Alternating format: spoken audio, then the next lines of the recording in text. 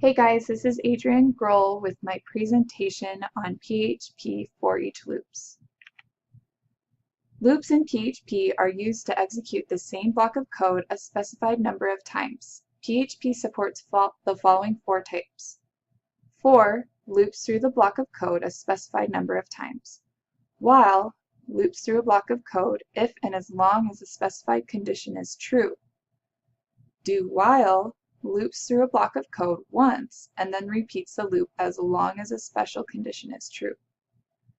For each loops through a block of code for each element in an array.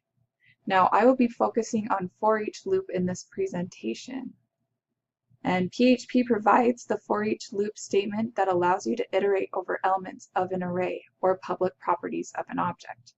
The for each loop statement only works with arrays and objects. If you use the for each loop statement with other data types, you will get an error. So if the for each statement is used to loop through arrays, for each pass, the value of the current array element is assigned to the variable value and the array pointer is moved by 1, and in the next pass, next element will be processed. Here is the syntax for the for each loop. The for each loop is used to loop through an associative array. So if we look inside the round brackets, we've got the associate array, and we follow that with the keyword as, and then we have our array key, which we can store inside a key variable. Then we follow that with the bracket operator and the array key value, which can store in a variable called value. The key and the value variables can be named anything as long as we remember that this one refers to the array key and this one refers to the array key's value. The loop ends when the last array value pair is reached. The for each loop is used to iterate and loop through the associative arrays. Now here's an example of a salary. So salary and then the value here. It loops over the array and each value of the current array element is assigned to the variable value. And then the array pointer is advanced by 1 to go to the next element and then the next element. And so here, this is what the output would be. Now I'm going to demonstrate a single dimensional array first and a multi-dimensional array after that.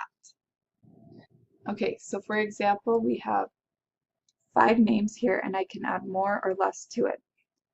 And I want to print all of the names one by one without using the key of these elements. That can be done by using the for each loop, and this is how we declare that.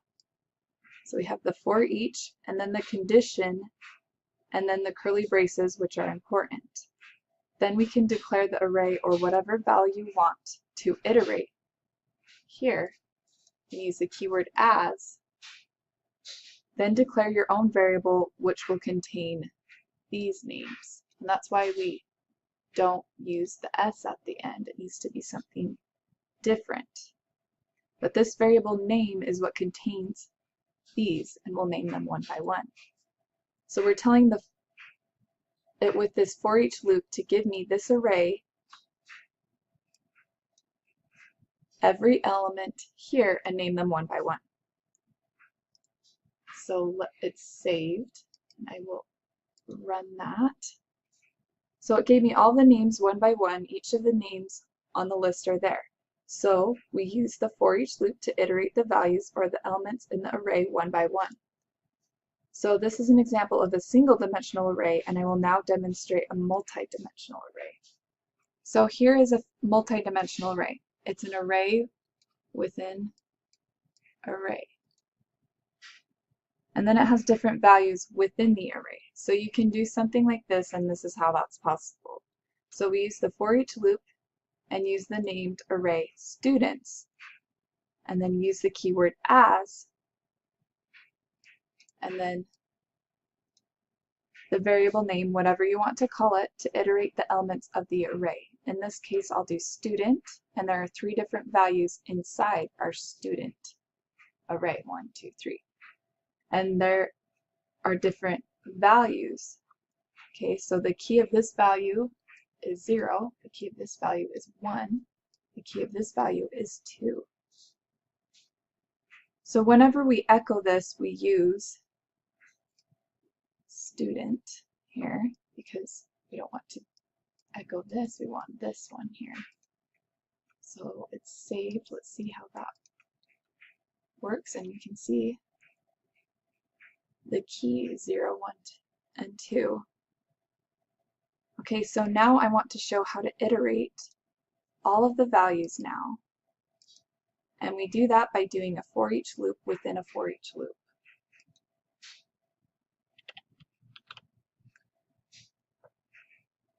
We're using the inner array as my primary array and item for each of these variables here. And I will also bold so it stands out a little bit better. Now I will run it. It's saved.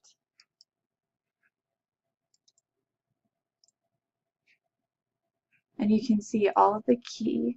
So 0 contains all of these values: name, age, weight. Key 1, name, age, weight. Key 2, name, age, weight. And that's it. That's all I have for each loops, and thanks for watching.